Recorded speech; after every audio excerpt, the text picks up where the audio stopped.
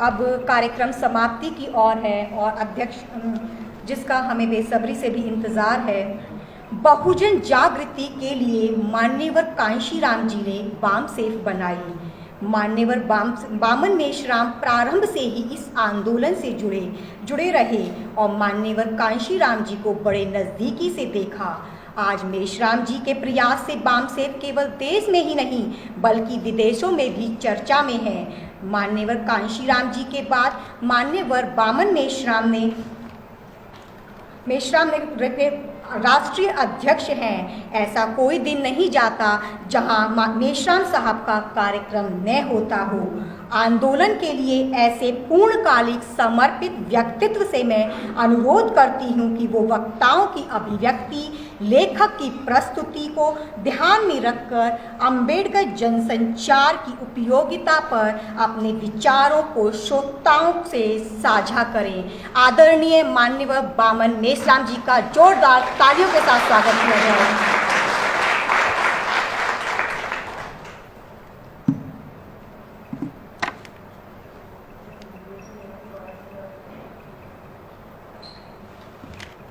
साथियों, मैं सबसे पहले आप लोगों को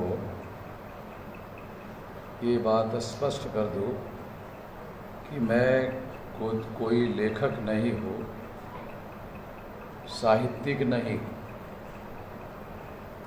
तो इसलिए साहित्य की जो विधा है जिसके डॉक्टर रूपचंद जी जानकार है, पत्रकारिता के जानकार है, पत्रकारिता में उन्होंने डॉक्टरेट किया।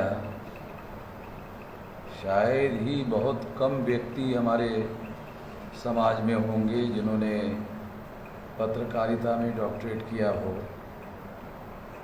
मेरी जानकारी में ऐसे लोगों की संख्या बहुत कम होगी, तो इसलिए ये बहुत महत्वपूर्ण बात है। मैं लेखक ना होने के बावजूद भी कई पत्रिकाओं का संपादक हूँ। डॉक्टर साहब, मैं लेखक नहीं हूँ और कई पत्रिकाओं का मैं भी संपादक हूँ, और संपादन जो है इसके बावजूद भी पत्रिकाएं हमारी चलती रहती है। मैं मूल रूप से संगठनकर्ता आदमी हूँ, तो ये मेरे बीच में और पत्रकारिता के बीच में एक बहुत बड़ी महत्वपूर्ण बात है, ऐसा मैं मानता हूँ। क्योंकि पत्रकारिता करने के लिए एक जगह बैठे रहकर लगातार उसके पीछे लगकर लिखना पड़ता है, जो मैं कर नहीं पाता। मगर मैं ऐसा मानता हूँ कि आंदोलनों का प्रचार प्रसार करने के लिए और आंदोलनों की जो विचारधारा होती है उसका प्रचार प्रसार करने के लिए पत्रकारिताएं या पत्रिकाएं होना बहुत ज़्यादा ज़रूरी है। उसके बगैर हम लोग आंदोलन का बहुत ज़्यादा विस्तार नहीं कर सकते।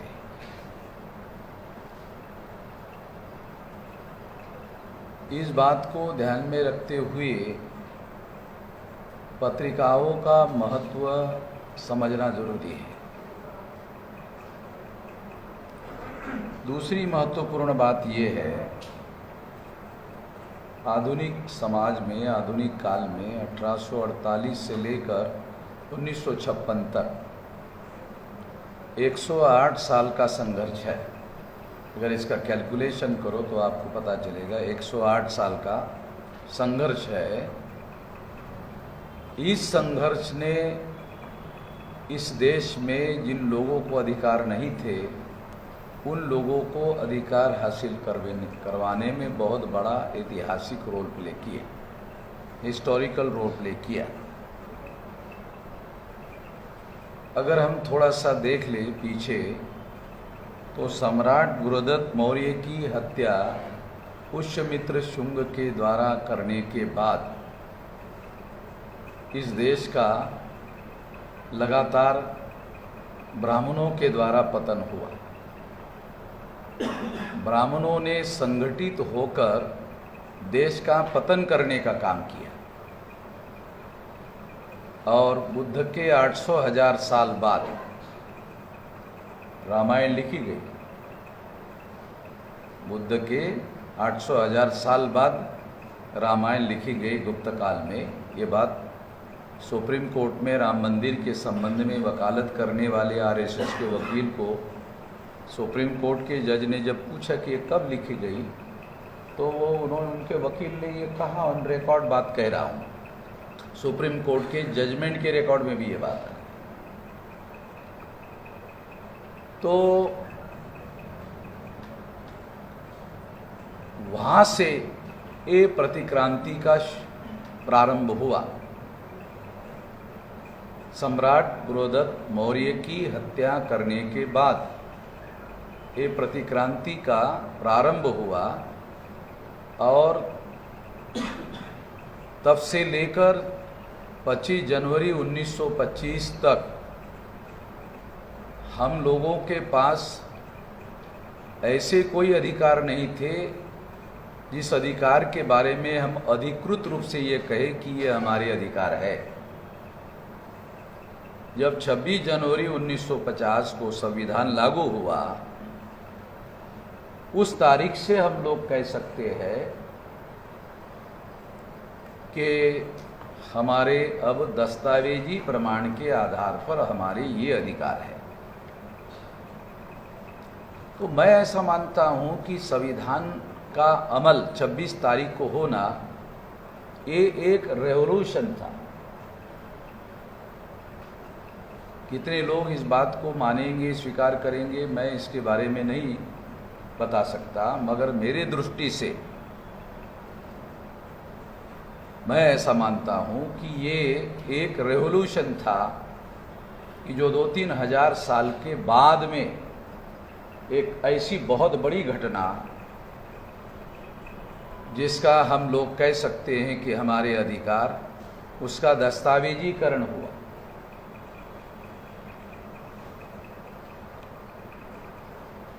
चैप्टर नंबर 3 का एक रेफरेंस जो संविधान का है वो थोड़ा आपको बताना चाहता हूँ, जिससे आपको, क्योंकि हमारे बहुत सारे लोग जो पढ़े लिखे लोग हैं, वो बाबा साहब अम्बेडकर ने संविधान लिखा, इसके बारे में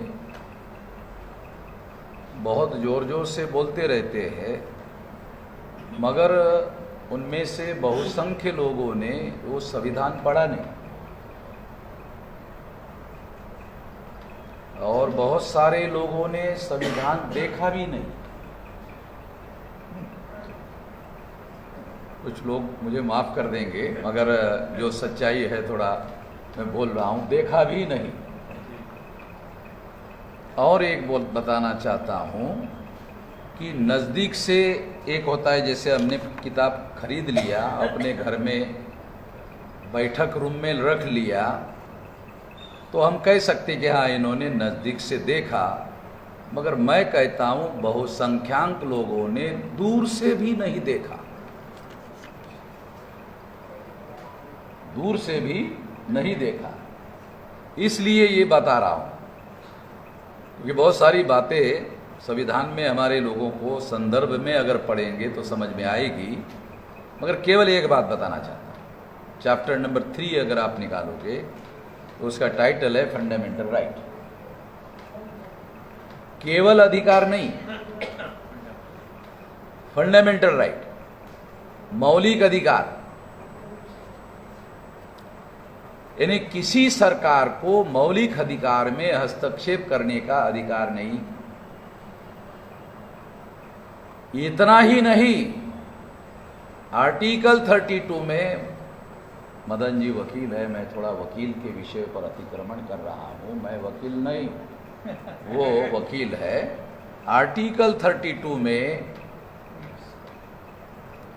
सुप्रीम कोर्ट को एनफोर्स करने का अधिकार दिया गया है कि जो फंडामेंटल राइट है उसका अपहरण कोई भी सत्ता, कोई भी शक्ति नहीं कर सकती। अगर कर दिया तो सुप्रीम कोर्ट को एक पावर दिया गया है कि वो मौलिक अधिकार बहाल करे, केवल मात्र बहाल करे।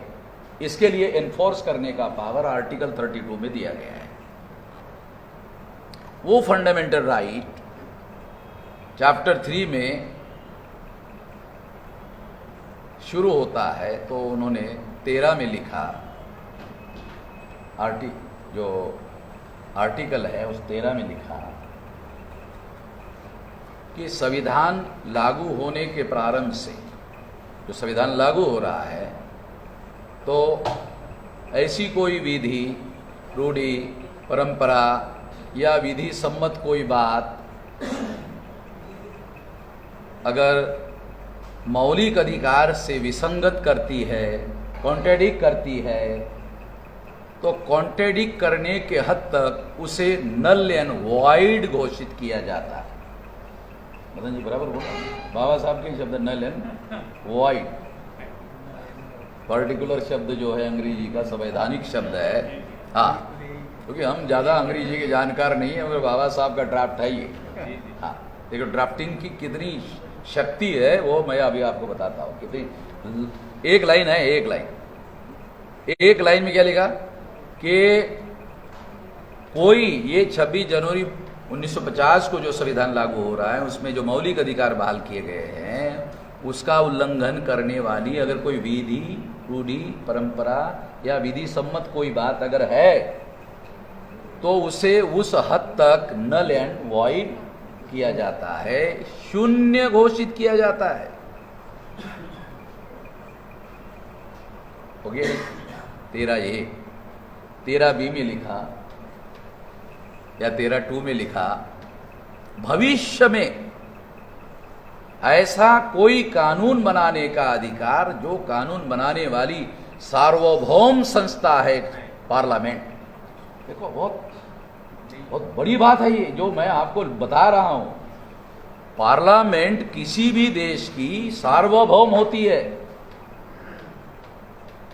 उसको भी ये मौलिक अधिकार को कॉन्ट्रेडिक्ट करने वाला कोई भी कानून बनाने का अधिकार नहीं है। और अगर ऐसा कर लिया तो उसे भी नल एंड वॉइड जो है करने का अधिकार जो है वो है सुप्रीम कोर्ट को, और वो अधिकार बहाल करे। तो ये केवल 1, 1.5, 2 लाइन की ड्राफ्टिंग है, ज़्यादा लंबी ड्राफ्टिंग नहीं है।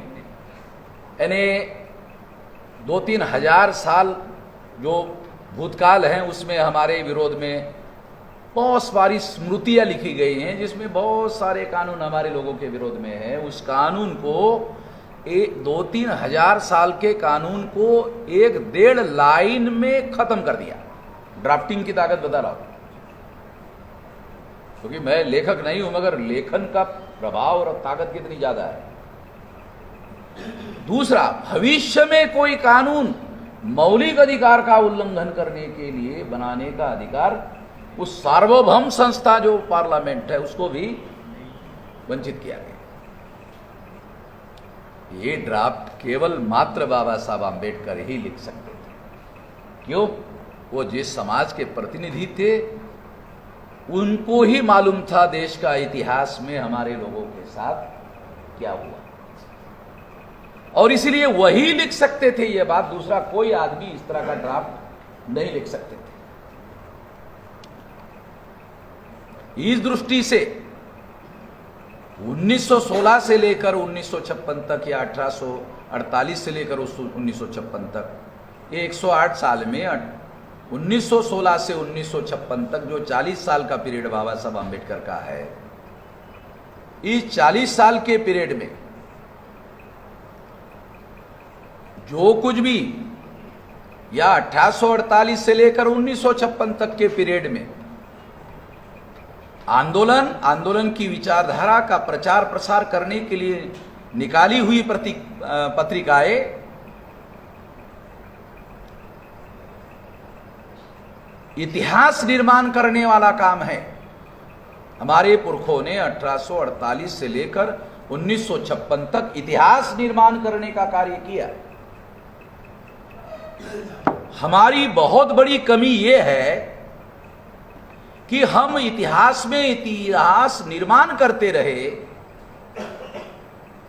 लेखन करने का काम नहीं। जो इतिहास हमारे पुरखों ने निर्माण किया, उसका इतिहास लेखन करने का कार्य नहीं किया, जो कार्य डॉक्टर रूपचंद जी ने किया। आप अंदाजा लगा सकते हो कितना बड़ा काम है। इसकी तुलना जो है, क्योंकि मैं ऐसा कोई काम तो हमारे समाज में जो बुद्धिजीवी लोग हैं, हमारे लोग हैं, और इसके लिए कई कई साल अभी सुनने में मिला कि 10 साल से लगे हुए हैं। तो मैं तो 19 साल की उम्र से इस काम को कर रहा हूँ, आंदोलन में कार्यकर्ता के तौर पर काम कर रहा हूँ। अभी 64 मेरी उम्र चल रही है, तो 44 साल से मैं काम कर रहा हूँ। तो मैं ही ये बात समझ सकता हूँ कि 10 साल तक का समय डॉक्टर रूपचंद जी ने एक पर्टिकुलर काम के लिए लगाया, तो कितना मूल्यवान जीवन का समय उन्होंने इस काम के लिए लगाया, और वो काम उन्होंने कर दिखाया। इसके बावजूद भी वो विनम्रता से कहते हैं कि ये अधूरा है और भी मुझे जीवन लगाना है और पूर्ण करना है। मैं इसे पूर्ण करने के लिए भविष्य में उनको शुभकामना देता हूँ। ये काम आप आगे करें, और इसमें हम लोग क्या मदद कर सकते हैं रूपचंद जी? हमसे आप जो भी संभव मदद है आप हमसे ले लीजिए। हम इसको, क्योंकि मैं केवल इस तरह से बात करने का आदी नहीं हूँ कि नहीं बहुत अच्छा काम किया, लिप सिंपैथी का नहीं। इसमें हम लोग भी क्या रोल कर सकते हैं, उसमें क्या मदद कर सकते करेंगे। आपने, हमारे पुरखों ने इतिहास निर्माण करने का कार्य किया, आपने उनको लिपिबद्ध किया, आपने उस इतिहास को लिखकर लिपिबद्ध किया और डॉक्यूमेंटेशन किया।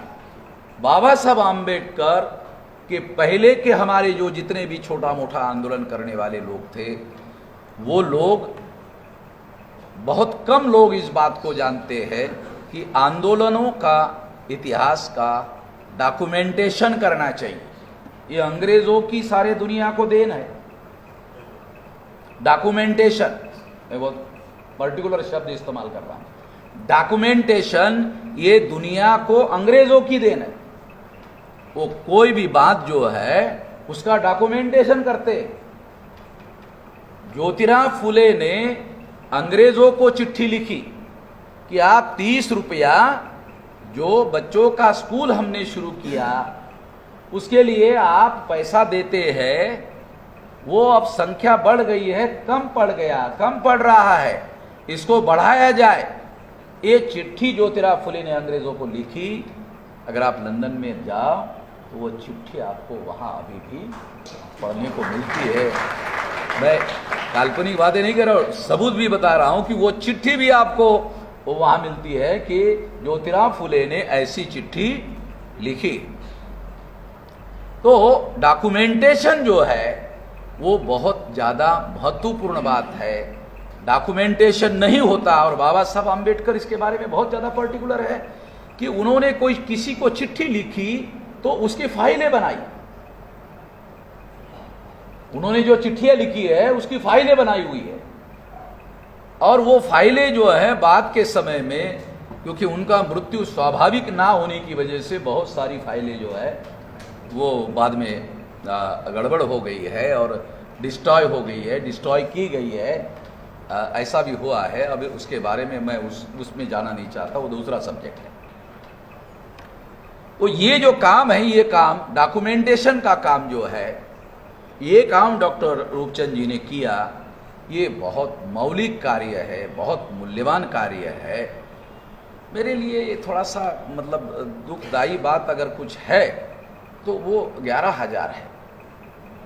11,000 जो है ओ मैं तो शायद ले सकता हूँ, ले लूँगा, हाँ, मगर जिस पर्पस के लिए ये लिखा गया है लोगों तक ये जाए, लोग इसको ले लें, तो लोगों की जानकारी में इजाफा हो जाए, लोग बोलने में संदर्भ का उल्लेख करें तो वो सारी चीज़ें यहाँ मिल जाएगी।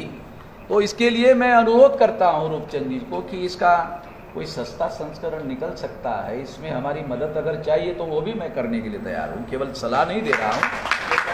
हाँ, क्योंकि हमारी प्रकाशन संस्था है, हमारी प्रकाशन संस्था है, 200-300 किताबें हम पब्लिश कर चुके हैं।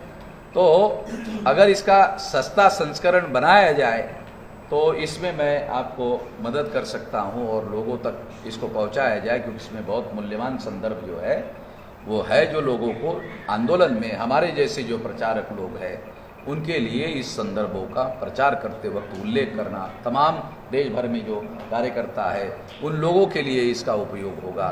हमारे समाज का जो इंटेलिजेंसिया है वो इंटेलिजेंसिया का काम करे, रिसर्च का काम करे, डाटा कलेक्ट करने का काम करे, और वो डाटा आंदोलन चलाने वाले लोग उपयोग करें, बुद्धिजीवी अपना काम करे, आंदोलन चलाने वाले लोग उस डाटा का उपयोग और प्रयोग करें आंदोलन को आगे बढ़ाने के लिए।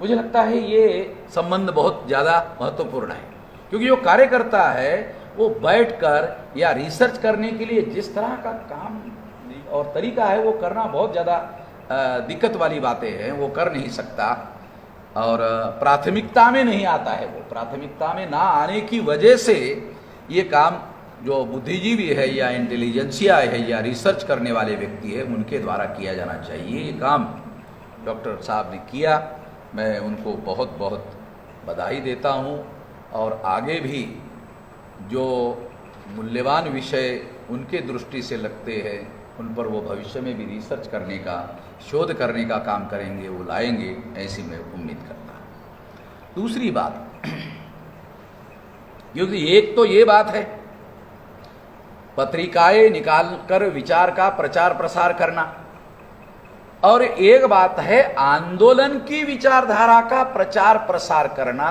दो बातें एक नहीं है, अलग अलग।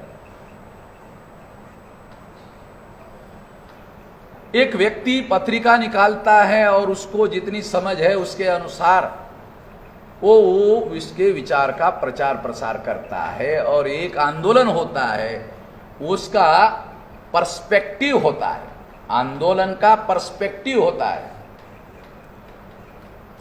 बहुत कम लोग जो है पर्सपेक्टिव के बारे में संभवतः विचार करते हैं कि आंदोलन का एक पर्सपेक्टिव होता है। यदि आप बाबा साहब आम्बेडकर के अखबारों को पढ़ो, मुकनायक, ये शब्द में ही पर्सपेक्टिव है।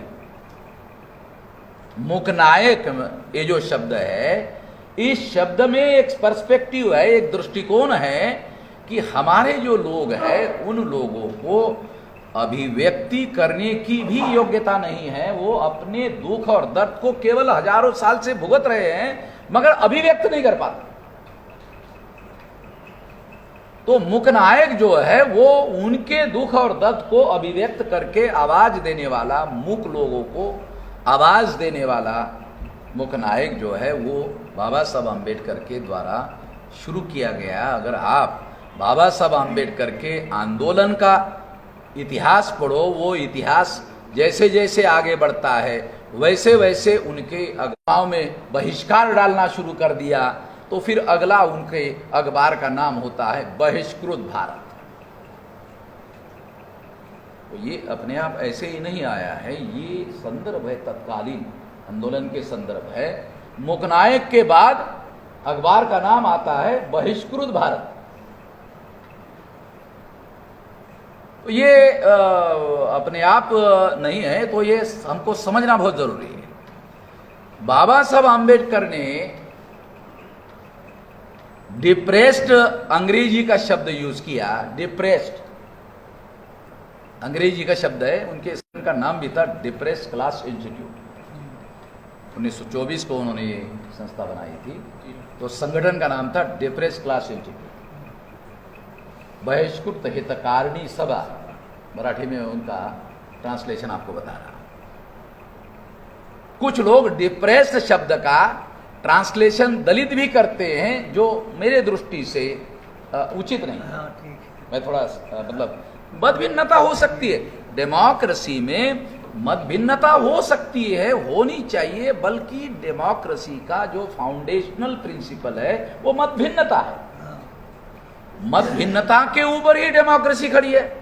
अगर मान लो एक रूलिंग क्लास हो और अपोजिशन पार्टी ना हो तो डेमोक्रेसी अपूर्ण है, वो पूर्ण नहीं है। डेमोक्रेसी तभी पूर्ण होगी जब रूल करने वाले लोगों की कमियां, खामियां, कमजोरियां अपोजिशन पार्टी बताएंगे, तभी डेमोक्रेसी पूर्ण होगी, अन्यथा डेमोक्रेसी पूर्ण नहीं हो सकती। इसलिए मत भिन्नता ये डेमोक्रेसी का फंडामेंटल प्रिंसिपल है। तो मैं ये नहीं कह रहा हूं कि जो मैं कह रहा हूं उसे आप स्वीकार करना। मेरा आग्रह केवल इतना भर है कि मैं जो तथ्य बता रहा हूं उसे ध्यानपूर्वक सुना जाए कि बाबा साहब अम्बेडकर ने डिप्रेस्ड शब्द का ट्रांसलेशन भी दिया है, वो ट्रांसलेशन बहिष्कृत, डिप्रेस्ड का बहिष्कृत है, डिप्रेस्ड का दलित ट्रांसलेशन नहीं है। क्योंकि दलित शब्द जो है वो ज्यादा प्रचलन में आज के लिए है, इसलिए बता रहा हूं मैं। कंपैरेटिवली आप इसका बारे में विचार करो और वेरिफिकेशन करो, क्योंकि मैं ऐसा मानता हूं कि पढ़े लिखे होने के लिए एक सबूत यह है कि हम किसी भी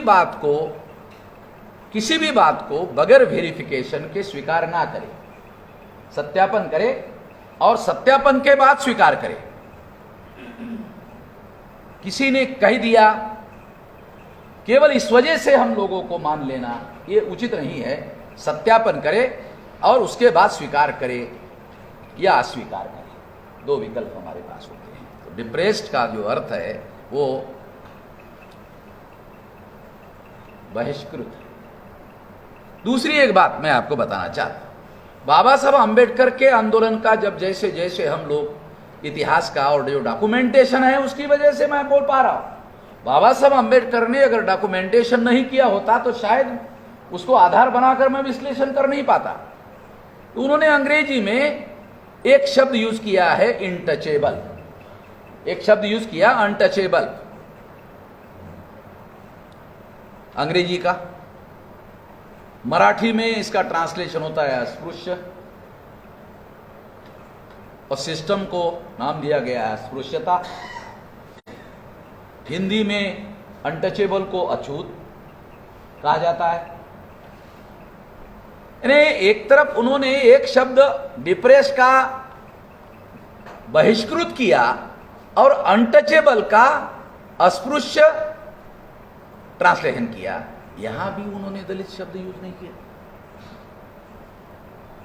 मैं तो ऐसा मानता हूं कि बाबा साहब आम्बेडकर बगैर सोचे समझे कोई काम करते थे, इस पर थोड़ा मेरा कम विश्वास है। बाबा साहब आम्बेडकर शब्दों का चुनाव बगैर सोचे समझे करते थे, इस बात पर मैं यकीन नहीं करता हूं। वो शब्दों के चुनाव के बारे में पर्टिकुलर थे और ये उन्होंने जानबूझकर किया होगा, क्योंकि हमारे लोग दलित शब्द का इस तरह से उल्लेख करते हैं कि दलित कोई गौरवान्वित करने वाला शब्द है।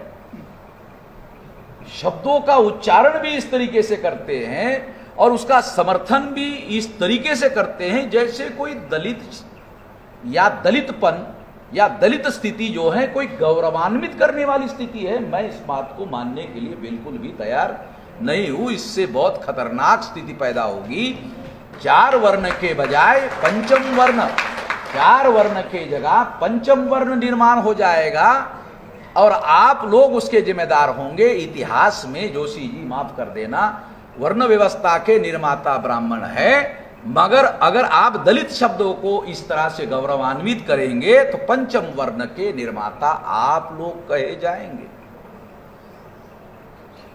इस शब्द को इस तरीके से गौरवान्वित करने की जरूरत नहीं होनी चाहिए। मैं पत्रकारिता में बाबा साहब आम्बेडकर का साहित्य उपलब्ध है, उसमें जो शब्द आए हुए हैं उसका इतिहास के साथ और हमारे आंदोलनों के साथ क्या संबंध है उसको जोड़ करके बताने का प्रयास कर रहा हूं। कुछ लोग ऐसा कह सकते हैं कि अरे रूपचंद जी ने जनसंचार जो किताबें लिखी उस पर कुछ बोल नहीं रहे हैं ऐसा कुछ बोल नहीं रहे हैं। तो मैं केवल आम्बेडकर जनसंचार की किताब पर बोलने के लिए यहाँ निमंत्रित नहीं हूँ। मुझे जो आज़ादी है कि क्या मतलब विषय और परिस्थिति को ध्यान में रखते हुए क्या ज़रूरी है वो मैं बोलूँगा। बाबा साहब आम्बेडकर ने जात पात तोड़क मंडल के लोगों के लिए जो निबंध लिखा था, जो भाषण लिखा था, उन्होंने ऑब्जेक्शन लिया तो बाबा साहब आम्बेडकर को उन्होंने लिखा कि इसमें ये काना मात्रा और ये ऐसा चेंज करो। बाबा साहब ने कहा अरे काना मात्रा कुछ भी बदलने वाला नहीं हो, तुम चाहो तो तुम्हारा कॉन्फ्रेंस रद्द कर दो। आखिरकार वो रद्द किया, मगर बाबा साहब वहाँ गए नहीं है, कहा कि मैं अध्यक्ष हूँ तो जो मार्गदर्शन करना जरूरी है वो मेरी आज़ादी है और मैं उस आज़ादी का उपयोग करते हुए जो उचित है वो बताऊंगा। तो मैं जानता हूँ कि मेरी जिम्मेदारी क्या है, अध्यक्ष आपने बनाया तो मुझे कुछ बातें जो है उसके तहत जो है बोलने की मेरे पास पूरी आज़ादी है। मैं उसी लिए आपको ये बात बता रहा हूँ। दूसरी बात मैं आप लोगों को बताना चाहता हूँ कि ये पत्रकारिता बाबा साहब आम्बेडकर के आंदोलन के साथ विकसित होती रही। बहिष्कृत के बाद उन्होंने जनता निकाला, बहिष्कृत के बाद जनता निकाला और शायद समता भी निकाला और फिर उसके बाद उन्होंने आखिरी में प्रबुद्ध भारत, वो आखिरी तक फिर प्रबुद्ध भारत, जो थोड़ा बहुत इतिहास मैं जानता हूँ, हम जो आंदोलन करने वाले लोग हैं उसमें जो इतिहास हम लोगों को पढ़ाते हैं, मैं ट्रेनिंग देता हूँ कार्यकर्ताओं को, क्योंकि जब कोई माँ बाप अपना बच्चा पढ़ता नहीं है ठीक से तो माँ बाप अपने बच्चों के लिए कोचिंग लगाते हैं। निमेश राज, माँ बाप की चिंता होती है ये बच्चा पढ़ नहीं रहा तो उसको कोचिंग लगाते हैं।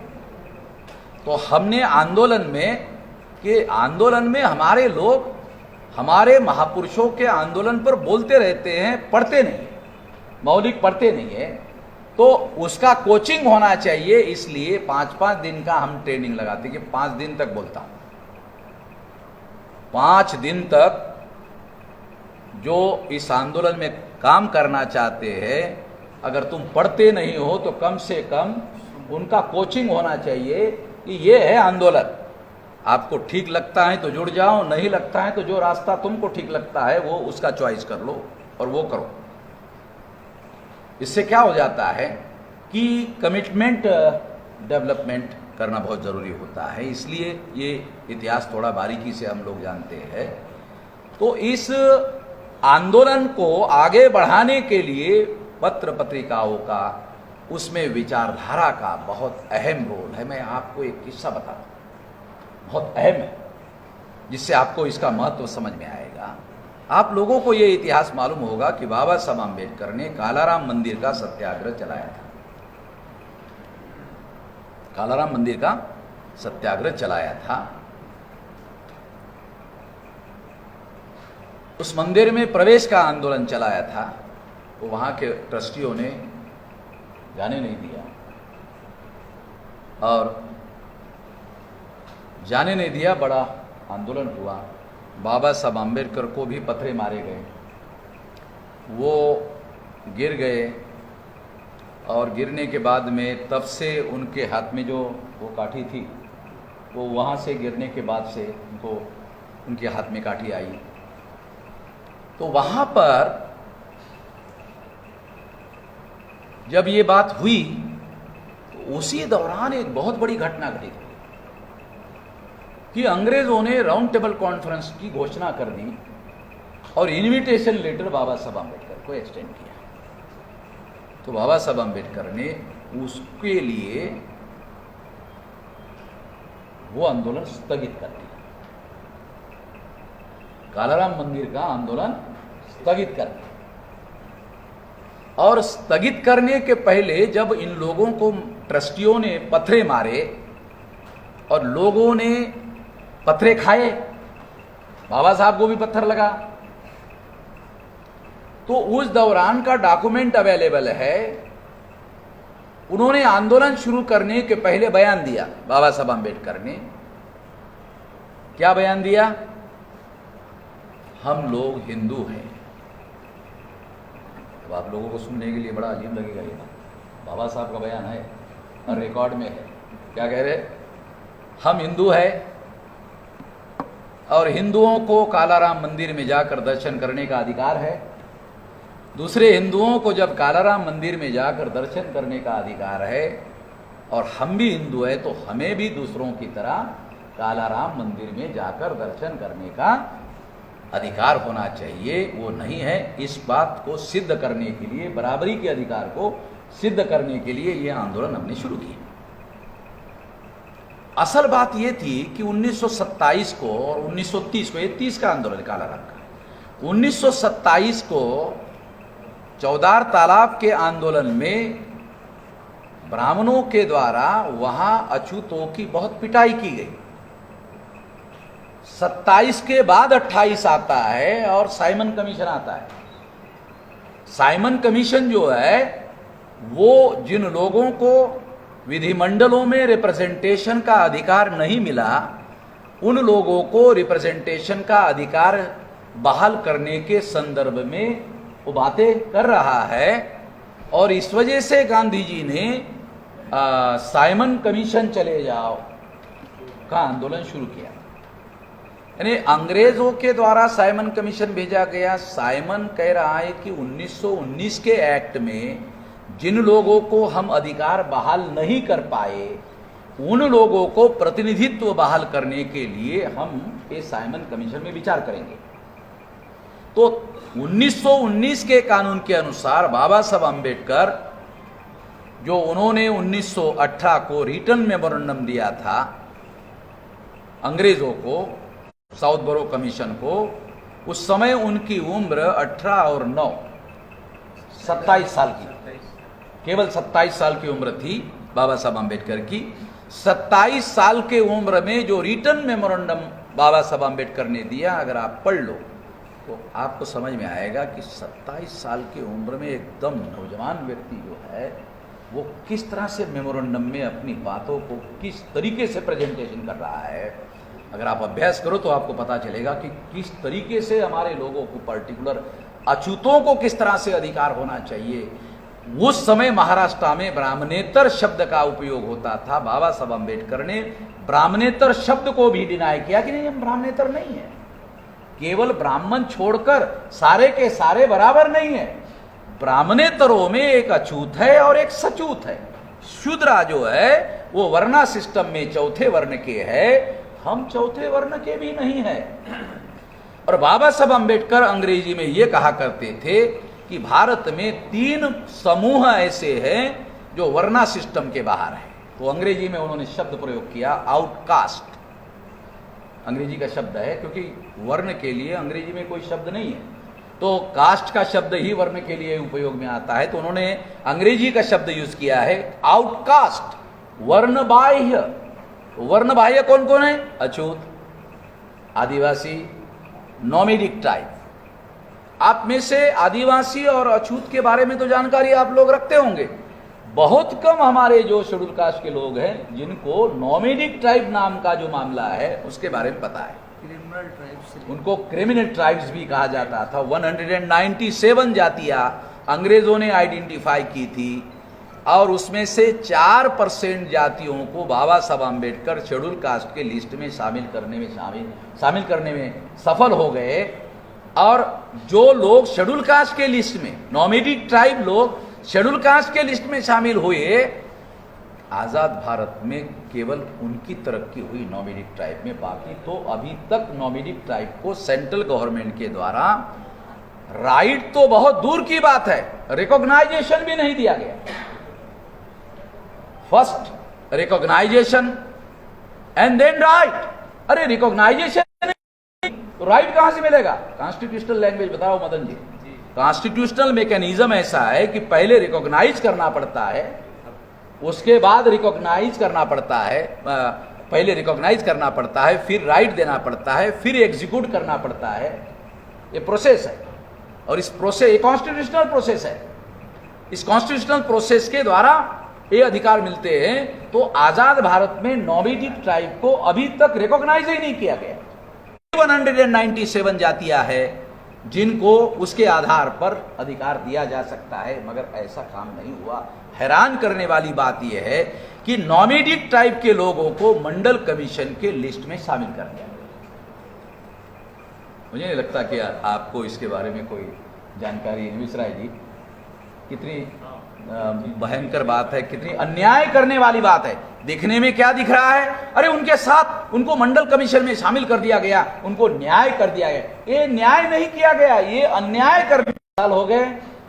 और शायद गांधी जी को 150 साल का चल रहा है क्या गांधी जी का? ये बहुत सारे फोटो लगाए गए, बहुत अच्छा है। इसमें पूना पैक्ट का नहीं होगा ऐसा मुझे लगा, मैं ऐसा सोचता हूँ। ये फोटो बहुत अच्छे लगाए, मगर पूना पैक्ट का जरूर नहीं होगा, मतलब मेरा ऐसा मानना है। हाँ हाँ हाँ हाँ, पूना पैक्ट नहीं है और मच्छर बहुत ज्यादा है। पूना पैक्ट नहीं है मगर मच्छर जो है। हाँ, मुझे ये समझ में नहीं आया कि गांधी शांति प्रतिष्ठान में मच्छरों का क्या काम है, मगर है। वहां भी हमारा पीछा नहीं छोड़ रहे हैं, उस समय भी हमारा पीछा नहीं कर छोड़ रहे थे, अभी भी हमारा पीछा लोग जो है ये मच्छर लोग कर रहे हैं। तो इस तरह से मैं अपनी बात, अपना दुखड़ा आपके सामने रख रहा हूँ। हाँ, तो इस तरह से जो ये जो नॉमेडिक ट्राइब के लोग हैं, एक दोबारा बताता हूँ, देखो बहुत ज्यादा अहम बात है। और बाबा साहब आम्बेडकर के हु वेयर द शूद्रा का प्रीफेस अगर आप पढ़ोगे तो बाबा साहब आम्बेडकर ने प्रीफेस में लिख कर रखा हुआ है, जो उन्होंने कहा कि ब्राह्मण लोग अपने संस्कृति का गौरव करते हैं, उन लोगों को शर्म आनी चाहिए या देखना चाहिए कि उन्होंने ऐसे आदिवासियों को जंगलों में रहने के लिए मजबूर किया, क्रिमिनल ट्राइब पैदा किया, अछूत पैदा किए, इतनी संख्या, ऐसा भी लिखा हुआ है। हाँ हाँ हाँ हाँ, कि प्रीफेस में है, हाँ उसमें लिखा हुआ है। और ये अंग्रेजी में उन्होंने इसको आउटकास्ट, वर्ण बाह्य, वर्ण व्यवस्था के बाहर के लोग। तो ये बात हम लोगों को समझना जरूरी है। उनकी संख्या 30 से लेकर 35% है भारत में, SC ST नॉमिडिक ट्राइब की, इतनी बड़ी संख्या है।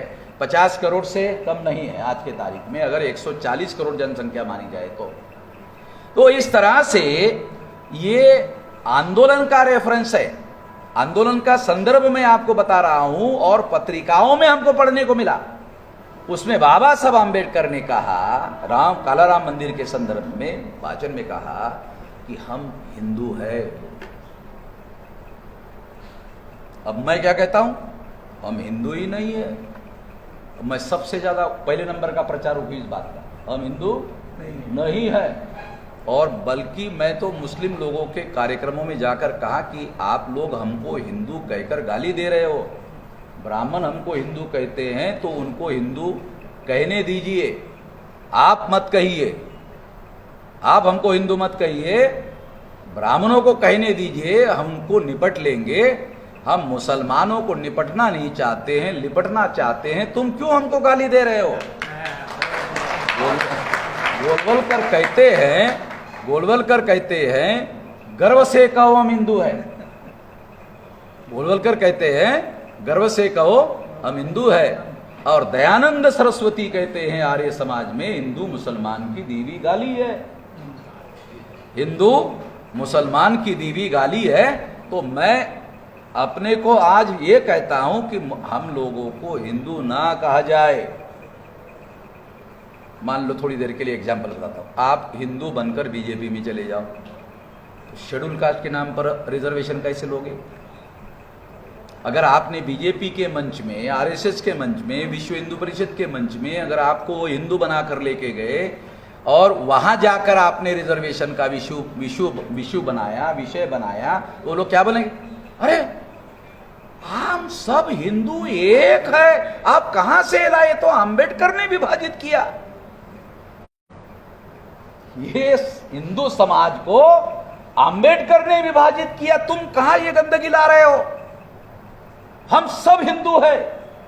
अब जब आप हिंदू के अकाउंट में जमा हो जाओगे, तुम्हारा शेड्यूल कास्ट का 15% हिंदू के अकाउंट में जमा हो गया, तो तुम्हारा अकाउंट में कितना बचा? 0। कितनी कॉन्स्पिरेसी खतरनाक है। जब आप हिंदू बनते हो तो आपके कॉन्स्टिट्यूशनल राइट खत्म हो जाते हैं, आपके रिजर्वेशन के राइट खत्म हो जाते हैं। ये बहुत सारी बारीकियां है, जो बारीकियां समझ में नहीं आती है, इस बात को ध्यान में रखते हुए बता रहा हूं, बोल रहा हूं। तो मगर बाबा साहब आम्बेडकर ने कहा हम हिंदू है, दूसरे हिंदुओं को जिस तरह से बराबरी का अधिकार है कालाराम मंदिर में जाकर दर्शन करने का, उसी तरह से हमको भी, अगर हम हिंदू है तो हमारा भी अधिकार है। ऐसा कहलवाकर बाबा साहब आम्बेडकर हमारे लोगों को, अछूतों को लेकर गए। वो पहले से जानते थे, और एक खास बात, बाबा साहब आम्बेडकर पहले से जानते थे जिनको मैं लेके जा रहा हूं उनकी पिटाई होने वाली है। क्यों? 1930 को कालाराम मंदिर का सत्याग्रह कर रहे थे, 1927 को पिटाई किया। का चौधार तालाब के सत्याग्रह में लोगों ने पिटाई किया, इसलिए बाबा साहब आम्बेडकर जानते थे कि ये 1930 में जब मैं ये आंदोलन चलाऊंगा तो वो लोग इनकी पिटाई करेंगे ही करेंगे। और वो उन्होंने रणनीति ही बनाई कि इनकी मुझे पिटाई ही करवानी है। देखो, लीडर जो है, लीडर को एक रणनीति बनानी पड़ती है। आंदोलन दूसरे नंबर की बात है, पहले रणनीति, आंदोलन दूसरे नंबर। जिस आंदोलन की रणनीति नहीं होती है उस आंदोलन की सफलता नहीं होती है। तो उन्होंने रणनीति के तहत उनकी पिटाई करवाने के लिए लेके गया, पिटाई हुई, फिर वो सारे मॉब को मैदान में लेके गए और मैदान में भाषण दिया। वो वैश्विक भारत के अखबार में छपा हुआ है। ये मैं उसके रिकॉर्ड के आधार पर विश्लेषण बता रहा हूँ। ये मतलब पत्रिकाओं से बाहर वाला मुद्दा नहीं है, नहीं तो आप लोग बोल रहे तो आप केवल इतिहास बता रहे। नहीं नहीं, ये बहिष्कृत भारत में ये रिकॉर्ड की बात है, उसके आधार पर विश्लेषण करके बता रहा हूं। तो उस भाषण में उन्होंने कहा कि हम हिंदू थे, इसके बावजूद भी हमको कालाराम मंदिर में जाकर दर्शन करने का अधिकार नहीं दिया, हमारी पिटाई किया। इससे सिद्ध हो गया हम हिंदू नहीं हैं। ये पढ़ने के बाद मुझे समझ में आया कि बाबा साहब ने तो पिटाई करवाने के लिए लेकर गए थे, क्योंकि मैं तो समझ गया कि मैं हिंदू नहीं हूं, मगर ये जो लोग हैं, अगर इसको बोलूंगा कि हम हिंदू नहीं हैं, तो इसमें से कोई भी आदमी मेरी बात मानने वाला नहीं है। और इस वजह से उन्होंने सोचा इनकी पिटाई करवाना होगा। पिटाई किया। पिटाई करवाने के बाद कहा कि यदि हम हिंदू होते तो हमें कालाराम मंदिर का दर्शन करने का अधिकार मिल गया होता। अगर उन्होंने हमको कालाराम मंदिर का दर्शन करने नहीं दिया तो ये सिद्ध होता है हम हिंदू नहीं है। तो जो तालियां जो है लोगों ने बजाई, तो बाबा साहब आम्बेडकर को समझ में आया कि तीर निशाने पर लग गया है, जिसके लिए मैंने इनकी पिटाई की थी। अगर बगैर पिटाई के कहता तो ये शायद मानने वाले नहीं थे। लोहा गर्म है, अब हथौड़ा मार देना चाहिए। देखो, लीडरशिप जो है, लीडरशिप को रणनीति पहले बनानी पड़ती है और आंदोलन बाद में करना पड़ता है। अभी आजकल क्या हो रहा है, आंदोलन पहले होता है, रणनीति है या नहीं है कोई लेना देना है। इस वजह से हमारी आंदोलन की सफलता हो नहीं रही है। अब आगे क्या कहा, देखो आगे उसी स्पीच में आगे क्या है। हिंदू समाज पाषाण की तरह है। पाषाण शब्द का अर्थ होता है बहुत सख्त पत्थर। सख्त केवल पत्थर नहीं, पत्थरों में जो ज्यादा सख्त होता है उसको पाषाण शब्द यूज करते हैं कि वो सख्त पत्थर के मानिंद है। यदि मैं अधिकार लेने के लिए उस पत्थर को अपना माथा मारता हूं, टकराता हूं, तो पत्थर का कोई नुकसान होने वाला नहीं है, मेरा ही नुकसान होने वाला है। इसलिए मैंने ये निर्धारित किया कि अब मेरा माथा इस काम के लिए टकराने का नहीं है, अब मैं ये काम करने वाला नहीं हूं। अब हम लोग दूसरी रणनीति पर काम करेंगे। दूसरी रणनीति क्या है कि अब हिंदू समाज के बाहर जाकर हम अपने अधिकार हासिल करेंगे। ये है भाषण, और इस भाषण के आधार पर जब बाबा Saheb Ambedkar round table conference में गए तो राउंड टेबल कॉन्फ्रेंस में इसी लाइन का एक्सटेंशन है, विस्तार है कि हम लोग अछूत है और स्वतंत्र है, अलग है, हमारी आइडेंटिटी अलग है, और हम लोग माइनॉरिटी है। एक रिलीजियस माइनॉरिटी होती है, उसके साथ जो व्यवहार होता है उससे भी भयंकर व्यवहार हमारे साथ होता है। रिलीजियस माइनॉरिटी को कुछ हद तक लोग स्वीकार कर लेते हैं, मगर अछूत माइनॉरिटी भी है, मगर उसके साथ बहुत ज्यादा गंभीर व्यवहार होता है, उसको स्वीकार नहीं किया जाता है। इसलिए कल अगर चुनाव होता है तो गैर अछूत लोग हमें, हमारे कैंडिडेट को वोट देने वाले नहीं, हमें सेपरेट इलेक्टोरेट दिया जाए। कम्युनल मेजॉरिटी, हाँ, कम्युनल मेजॉरिटी को शब्द प्रयोग उन्होंने बाद में एक किताब लिखकर भी बताया। उस आधार पर आगे उन्होंने कहा, राउंड टेबल कॉन्फ्रेंस में जब उन्होंने ये बात कही तो गांधी जी वहां कांग्रेस के तरफ से गए थे, उन्होंने इसका बहुत ज़्यादा विरोध किया, और बहुत ज़्यादा विरोध करने के बाद फिर बाबा साहब अम्बेडकर ने, गांधी जी ने जो जो बात कही वो सारी बातें कैसी गलत है प्रमाण के साथ कही। उसका भी रिकॉर्ड राउंड टेबल कॉन्फ्रेंस के रिकॉर्ड में अवेलेबल है। और तब गांधी जी ने कहा, रैमसे मैक्डोनाल्ड जो प्रधानमंत्री थे उसको कहा कि हम जो लोग हैं, भारतीय लोग यहाँ आए हैं, वो आज़ादी पर विचार करने के लिए आए हैं, मगर हम लोग ही आपस में लड़ाई झगड़ा कर रहे हैं। झगड़ा गांधी जी ने ही शुरू किया, गांधी जी ने ही झगड़े का मुद्दा शुरू किया। जब गांधी जी की थोड़ी पतली की बाबा साहब अम्बेडकर ने, थोड़ा हजामत की, और हजामत मतलब जहां बाल नहीं थे वहां भी उस्तरा चलाया। बाल में उस्तरा चलाने से उतना दर्द नहीं होता है, बाल ही नहीं है फिर भी उस्तरा चलाया तो फिर तो चमड़ी पे लगेगा ना उस्तरा, तो थोड़ा दर्द ज्यादा हुआ गांधी जी को। तो उन्होंने कहा कि हम आज़ादी की बात करने के बजाय यहाँ हम लोग जो है आपस में लड़ाई झगड़ा कर रहे हैं। मेरा अनुरोध है रैमसे मैक्डोनाल्ड प्रधानमंत्री को कि इस मीटिंग को स्थगित किया जाए कुछ समय के लिए, और हमें भारत के जो प्रतिनिधि आए हैं उनको आपस में डायलॉग करने के लिए समय दिया जाए। तो प्रधानमंत्री ने कहा, हमें कोई एतराज़ नहीं है, अगर आप अपना मामला आपस में सलाह मशवरा करके तय कर लेते हैं तो हमारी सरदर्दी कम हो जाएगी, आप ऐसा कर सकते हो। किया, मगर जिस मकसद के लिए गांधी जी ने ये समय लिया, मुसलमानों के प्रतिनिधियों को, मौलाना शौकत अली को गांधी जी ने अपने यहाँ बुलाया। मौलाना शौकत अली को खुश करने के लिए गोमांस खिलाया। जोशी जी नहीं, आज सुन लो, शेम वगैरह थोड़ा सा बाद में कर लेना। गौ माता का खिलाया।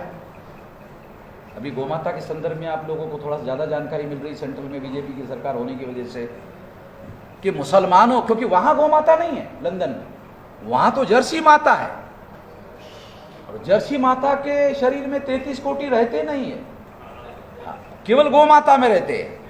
हाँ, ये भी, क्योंकि ये भी शायद पता नहीं आपको जर्सी माता और गौ माता का जो फर्क है, तो उधर जाने के बाद ही पता चलता है, अरे इधर गौ माता नहीं है, जर्सी माता है। तो इस तरह से वहां पर मुसलमानों के नेता, जो डेलीगेशन के नेता थे मौलाना शौकत अली, वो उन्होंने खुश करने के लिए कहा, और खाना होने के बाद में एक प्लेन पेपर, एकदम प्लेन पेपर नीचे साइन किया गांधी जी ने, और मौलाना शौकत अली को दे दिया, जो भी आपकी डिमांड है वो लिख लो, साइन मैंने कर दिया है। ए प्लेन पेपर है, ए नीचे साइन कर दिया, ए प्लेन पेपर पर उसमें जो लिखना है लिखो, वो मुझे मंजूर है। मुसलमानों को बड़ा इस बात की हैरानी हुई कि ये बनिया आदमी लेना जानता है, देना नहीं जानता। बनिया है, क्योंकि बनिया का कैरेक्टर है, लेता है, और गांधी तो केवल बनिया नहीं थे, मोड बनिया थे। शायद आप में से किसी को मोड के बारे में जानकारी नहीं है मोड के बारे में? आपके भाषण गांधी जी केवल बनिया नहीं थे, आपके भाषण में सुना हाँ मोड बनिया। और मोड बनिया कितना खतरनाक होता है जानते हो? बनिया को पूछो गुजरात के, बोला नहीं हमें भी डर लगता है। जो बनिया सारी दुनिया को लूटता है, उस बनिया को बोलो कि नहीं हमें तो मोड बनिया से डर लगता है। जिस बनिया से बनिया डरता हो, वो बनिया कितना खतरनाक होता हो। तो गांधी जी वो मोड बनिया थे। नरेंद्र मोदी भी मोड है, कोई मोड़ है, जानकारी है? मोड़ घांची हाँ, घांची घांची जोशी जी को सही मालूम है। मैंने पढ़ा है। नहीं मेरे भाषणों में है सारा का सारा, सारा हाँ नहीं रियल नहीं, मेरे भाषणों में मैंने गुजरात में जाकर कहा है, दूसरी जगह कहने के बजाय मैंने पूरा डिटेल, क्योंकि भारत की वास्तविकता जब तक आप जाति तक नहीं पहुंचते तब तक उसकी विचारधारा का निर्धारण जाति करती है। जिस जाति में वो पैदा होता है उसकी विचारधारा का निर्धारण करती है। इतना इंपॉर्टेंट चीज है। इसलिए जाति को जानना इसलिए जरूरी होता है कि उसकी विचारधारा ऐसी क्यों है। हाँ उसकी जाति ऐसी है, इस वजह से उसकी ऐसी विचारधारा, तो इस वजह से, क्योंकि ये जाति निर्धारित करती है। अब मैं आपको जो बात कहना चाहता हूँ वो बात कि गांधी जी ने मौलाना शौकत अली को लिख कर दिया, तो मुसलमानों के जो नेता है उनको ऐसा लगा, उन्होंने कहा कि गांधी जी इस दरिया दिली के बदले में हमें क्या करना होगा, क्योंकि उन्होंने देखा ये तो दरिया दिल हो रहा है आदमी महात्मा, इस दरिया दिली के बदले में महात्मा जी हमें क्या करना होगा। आगे एक काम करना है, कौन सा? आम्बेडकर जब सेपरेट इलेक्टोरेट की डिमांड करेंगे तो आपको उसका विरोध करना होगा। बाबा साहब अम्बेडकर माइनॉरिटी और तमाम प्रकार के लोगों से डायलॉग करने के लिए गांधी जी ने समय मांगा। डायलॉग करने के बजाय कॉन्स्पेरेसी करने की कोशिश की गांधी जी ने, और षड्यंत्र करने का प्रयास किया। और षड्यंत्र करने के प्रयास को बाद में मुसलमानों ने नहीं माना, और उन्होंने बाबा साहब अम्बेडकर को जाकर बताया कि ऐसा ऐसा गांधी जी ने प्रस्ताव रखा। तो बाबा साहब ने बयान दिया अखबारों में कि गांधी जी ऐसा कर रहे हैं, महात्मा जी ऐसा कर रहे हैं, तो अगर इस षड्यंत्र से वो विरत रहे तो ज़्यादा बेहतर है, अन्यथा हमें गांधी जी को नंगा करना पड़ेगा। मैं अपनी बात जोड़ता हूँ, इतनी है बाबा साहब की, मैं अपना जोड़ता हूँ। तो गांधी जी को नंगा करने के लिए ज़्यादा परिश्रम करने की ज़रूरत नहीं थी, क्योंकि ऊपर यहाँ तक खाली था और यहाँ से फिर खाली था, केवल इतना सा ही हिस्सा ढका हुआ था। तो ज़्यादा मेहनत करने की ज़रूरत नहीं थी नंगा करने के लिए।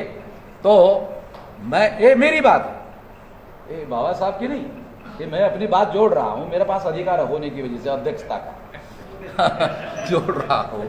तो इस तरह से आज देखो इस बात का परिणाम, बाद में गांधी जी ने उपवास किया। 17 अगस्त 1932 को अंग्रेजों ने बाबा साहब की बात को माना, गांधी जी ने उपवास किया, जॉइंट इलेक्टोरेट लागू किया। 1935 एक्ट में ये पुनः पैक्ट डाल दिया गया। आज भी 330 और 332 के आर्टिकल में 131 मेंबर पार्लियामेंट शेड्यूल कास्ट और शेड्यूल ट्राइब के चुनकर जाते हैं, और 52 से लेकर अब तक जितनी सरकारें सेंट्रल में बनी, कोई भी सेंट्रल में सरकार शेड्यूल कास्ट और शेड्यूल ट्राइब के समर्थन के बगैर कभी भी बहुमत में सरकार बन नहीं पाई। अभी 76 SC ST के लोग 303 में बीजेपी के अंदर है, अगर ये विड्रॉ कर दे तो सरकार भरभरा के गिर सकती है। मगर जॉइंट इलेक्टोरेट में ऐसे लोग को टिकट ही नहीं दिया जाता जिनके मन में स्वाभिमान हो, बल्कि ऐसे लोगों को टिकट दिया जाता है, पहले उनको खस्सी किया जाता है। मैं देसी आदमी हो भाई, देहात का आदमी हो, गांव का आदमी हूँ, किसान का बेटा हूँ, और किसान को खस्सी का बहुत संबंध है। किसान के घर में जो गाय होती है, फिर उसके अंदर बछड़ा पैदा होता है, वो जवान होता है, तो जवान बछड़े को बैल बनाना पड़ता है, उसके दौरान वो चलता है। जैसे मुसलमानों का सुनता होता है वैसे ही वो कार्यक्रम होता है। वो खसी जो है, वो खसी पहले वो कांग्रेस और बीजेपी के लोग ये देखते हैं कौन शेड्यूल कास्ट और शेड्यूल कास्ट का खसी आदमी है, नहीं है तो उसको खसी करते हैं, फिर बाद में टिकट देते हैं। आपने किसी शेड्यूल कास्ट शेड्यूल ट्राइब को पार्लियामेंट में बोलते हो सुना है? सुना क्या? आपके घर में आकर बताते सकते हैं, अरे हमको बोलने ही नहीं देते, ऐसा बोलते हमको बोलने ही नहीं देते। अरे पार्लियामेंट तो छोड़ो, आपको पार्लियामेंट के रेफरेंस में आपको बताता हूं, क्योंकि ये एक बहुत इंपॉर्टेंट सूचना है फंडामेंटल राइट में। आर्टिकल 19 के बारे में हमारे कितने पढ़े लिखे लोगों को पता है, जो बाबा साहब अम्बेडकर ने freedom of speech and freedom of expression, a fundamental right जिसका उपभोग करते हुए मैं बोल रहा हूँ, यूट्यूब पे बोलता हूँ, चैनल में बोलता हूँ, और ब्राह्मण इतना ज़्यादा गालियाँ देते, इतनी गालियाँ देते, इतनी गालियाँ देते हैं, वामन मेश्राम को इतनी गालियाँ देते हैं, इतनी गालियाँ देते हैं, तो मुझे लगता है कि मेरे ऊपर फूलों की वर्षा हो रही है। गालियाँ, ब्राह्मण जब गालियाँ देते हैं तो मुझे लगता है फूलों की वर्षा हो रही है। क्यों? इसलिए फूलों की वर्षा हो रही है, ऐसा मुझे लगता है कि तीर निशाने पर लग गया है, तभी तो साले गाली दे रहे हैं। मेरे सवालों का जवाब नहीं दे पाते इसलिए तो गाली दे रहे हैं। फिर मैंने लिखा, पंडित जी आप बड़े संस्कारी आदमी हो, गाली गलौज करना तो आपका काम नहीं है, गाली गलौज तो शूद्रों का काम है, आप गाली गलौज क्यों कर रहे हो? आप शूद्रों की नाजायज औलाद हो। तो 50% तो इतना लिखने से ही बंद हो गया। देखो ये 9 बजे तक शायद हॉल बुक है क्या? हाँ रूपचंद जी 9 बजे तक है? अच्छा, तो मैं अभी इसको संक्षिप्त कर देता हूं।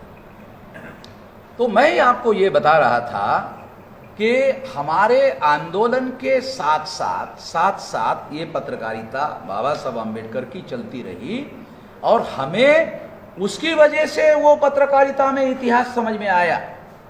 जब गांधी जी ने 9 अगस्त 1942 को क्विट इंडिया मूवमेंट शुरू की, तो बाबा साहब अम्बेडकर लेबर मिनिस्टर थे। नहीं मिश्रा जी? हाँ, ये ध्यान रखना, लेबर मिनिस्टर थे सेंट्रल में, और 4 विभाग का कैबिनेट मंत्रालय उनके पास था। 4 विभाग के कैबिनेट मंत्री थे बाबा साहब अम्बेडकर, लेबर, सिंचाई, CPWD, बिजली, 4 कैबिनेट मंत्री है अभी। 4 कैबिनेट मंत्रालय का कार्यभार बाबा साहब अम्बेडकर के पास था। और ये बात गांधी जी ने क्विट इंडिया मूवमेंट शुरू की और स्लोगन दिया। क्या स्लोगन दिया? क्विट इंडिया मूवमेंट में स्लोगन दिया, डू और डाई। तो बाबा साहब अम्बेडकर ने जनता में लिखा, टाइटल है मराठी में, बरे झाले महात्मा मेला आणि माणूस शिल्लक राहिला।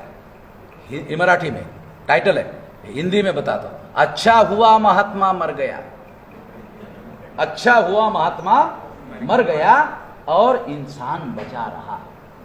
यानी गांधी जी की प्रसिद्धि महात्मा के नाम पर थी, अब उन्होंने हिंसा का सहारा लिया, डू और डाई, करो या मरो। हिंसा करने का जब गांधी जी ने आदेश दिया तो बाबा साहब ने कहा अच्छा हुआ महात्मा मर गया। अहिंसा की बात करते करते हमें कैसे पता चला रूपचंद जी? अरे पत्रकारिता की वजह से तो पता चला। हमें कैसे पता चला? अगर ये नहीं लिखा गया होता तो हमें कैसे पता चलता कि गांधी जी ने हिंसा करने का आदेश दिया? बाबा साहब अम्बेडकर ने इसका इंटरप्रिटेशन नहीं किया होता तो हमें कैसे पता चलता?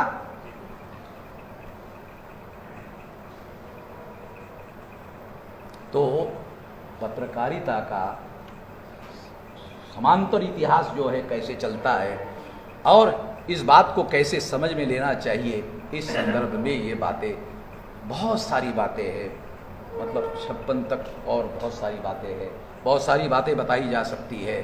प्रबुद्ध भारत के संदर्भ में भी बहुत सारी बातें बताई जा सकती है, उसमें जो खबरें आई है, जो चीज़ें लिखी गई है उस संदर्भ में बताई जा सकती है। परंतु मैं अभी इसको और ज़्यादा लंबा ना खींचते हुए कंक्लूड करना चाहता हूँ। साथियों,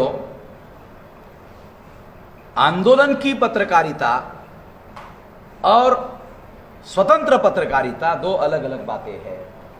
आंदोलन की पत्रकारिता हमारे लोगों के लिए जरूरी है, हमारे आंदोलन के लिए जरूरी है, क्योंकि हमारे पास इतने ज्यादा साधन संसाधन नहीं है। बाबा साहब आम्बेडकर ने जब बहिष्कृत भारत शुरू किया तो दादा साहब गायकवाड़ ने उनको लेटर लिखा कि मैं नासिक से एक पेपर शुरू करना चाहता हूं। तो बाबा साहब आम्बेडकर ने उनको लिखा, अरे जो पेपर चल रहा है उसे ही चलाओ, दूसरा और शुरू करने की जरूरत नहीं है। रिकॉर्डेड बातें बोल रहा हूं मदन जी। तो इसका मतलब है बाबा साहब अम्बेडकर इसके बारे में भी पर्टिकुलर थे। ये आंदोलन की पत्रकारिता है, दादा साहब गायकवाड़ की पत्रकारिता नहीं है। तुम दादा साहब गायकवाड़ की निकालना चाहते हो, ये आंदोलन की पत्रकारिता है। बाबा साहब अम्बेडकर कितने पर्टिकुलर थे, कितने माइक्रो लेवल पर थिंकिंग करते थे और कौन सी चीज का कैसे परिणाम हो सकता है उसका पूर्वानुमान कर सकते थे। ये सारी बातें हमको उनके पत्रकारिता से समझ में आती है, उससे सीखने को मिलता है, उससे हम लोग अपने कार्यकर्ताओं को ट्रेनिंग देने के लिए मटेरियल मिलता है और मौका मिलता है। डॉक्टर रूपचंद जी ने ज़्यादा विस्तार से 9 खंड लिखे हैं, बहुत सारी बातें लिखी है, फिर वो लिखने के लिए उन्होंने सबूत पेश किए हैं। ऐसी काल्पनिक बातें नहीं लिखी है, सबूत के आधार पर लिखा हुआ है, काल्पनिक नहीं है। ये इस वजह से और ज़्यादा महत्वपूर्ण हो गया है, आने वाले नस्लों के लिए, आने वाले पीढ़ियों के लिए ये बहुत ज़्यादा महत्वपूर्ण हो गया है। इसलिए मैं इसको बहुत महत्वपूर्ण मानता हूँ। आखिरी बात कहकर, जब बाबा Saheb Ambedkar round table conference में गए तो दादा साहब गायकवाड़ ने लंदन में लेटर लिखा